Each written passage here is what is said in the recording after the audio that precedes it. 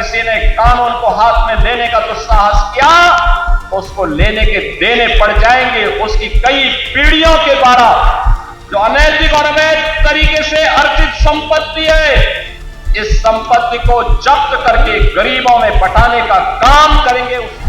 नमस्कार, मैं हूं आपके साथ हर्ष भारद्वाज। श्रेष्ठ यूपी देख रहे हैं आप। यूपी में क्या गरीबों के दिन फिरने वाले हैं?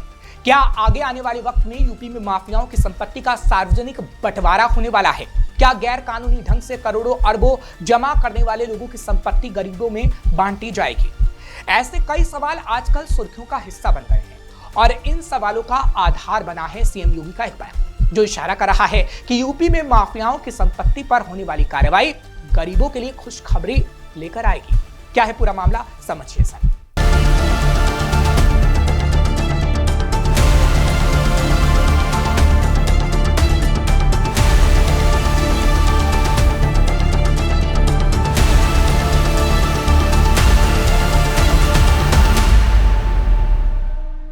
यूपी में कुछ बहुत बड़ा होने वाला है और सीएम योगी का हालिया बयान इसी ओर इशारा कर रहा है। सीएम योगी ने क्या कुछ कहा है वो इत्मीनान से आपको बताएंगे, लेकिन उससे पहले समझ लीजिए कि सीएम योगी ने जिस बात के संकेत दिए हैं, अगर वैसा बड़े पैमाने में सच में यूपी में हुआ तो यूपी में क्या कुछ फेरबदल होने के आसार बन सकते हैं, ये जान लेते हैं। बात यह है कि यूपी में माफिया राज के खिलाफ सरकार का जबरदस्त एक्शन जारी है।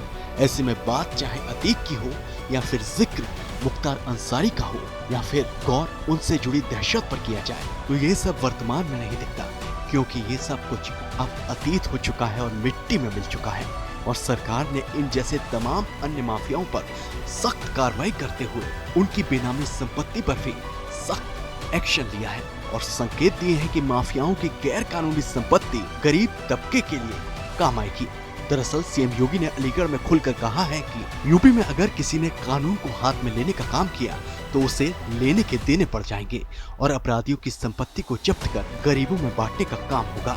और मैंने पहले ही कहा, हम सुरक्षा सबको देंगे, सम्मान सबको देंगे, विकास सबका करेंगे, लेकिन अगर किसी ने कानून को हाथ में लेने का दुस्साहस किया तो उसको लेने के देने पड़ जाएंगे। उसकी कई पीढ़ियों के द्वारा जो अनैतिक और अवैध तरीके से अर्जित संपत्ति है, इस संपत्ति को जब्त करके गरीबों में बंटाने का काम करेंगे। उसी प्रकार से करेंगे जैसे हमने प्रयागराज में किया है। माफिया की जमीन पर गरीबों के लिए आवास बनाने के काम किए हैं। और बहनों और भाइयों, आज हम सब वही कहने के लिए आपको आए हैं। सीएम योगी ने इशारों में प्रयागराज की माफिया की बात कहते हुए अतीक पर हुई कार्रवाई को उदाहरण के तौर पर जनता के सामने पेश कर दिया और बता दिया कि माफियाओं की संपत्ति जरूरतमंदों में बंटेगी। साथ ही सीएम योगी ने सपा और कांग्रेस को भी इस दौरान निशाने पर ले लिया। उत्तर प्रदेश जिस समाजवादी पार्टी ने दंगा प्रदेश बना दिया था, कांग्रेस के समय के दंगे की चर्चा कर रहे थे चौधरी लक्ष्मी नारायण जी। बहनों और भाइयों, मैं आपको आश्वस्त करने के लिए आया हूं, बेटी और व्यापारी की सुरक्षा के साथ भी खिलवाड़ नहीं करने देंगे। किसी बहन के साथ किसी को खिलवाड़ करने की इजाजत नहीं देंगे, लेकिन साथ साथ किसी दंगाई को भी अराजकता फैलाने की छूट भी नहीं देंगे। कोई सुरक्षा के साथ खिलवाड़ नहीं कर पाएगा। और मैंने पहले ही कहा, हम सुरक्षा सबको देंगे, सम्मान सबको देंगे, विकास सबका करेंगे, लेकिन अगर किसी ने कानून को हाथ में लेने का दुस्साहस किया तो उसको लेने के देने पड़ जाएंगे। सीएम योगी के संकेत साफ हैं। यूपी सरकार अपराध और अपराधियों के खिलाफ जीरो टॉलरेंस की पॉलिसी पर काम कर रही है और इस पॉलिसी के दायरे में हर वो शख्स आएगा जो अपराध जगत में दबदबा कायम कर गैर कानूनी ढंग से संपत्ति इकट्ठा करता है। सीएम योगी के इस संदेश से कई माफियाओं की नींद उड़ गई है।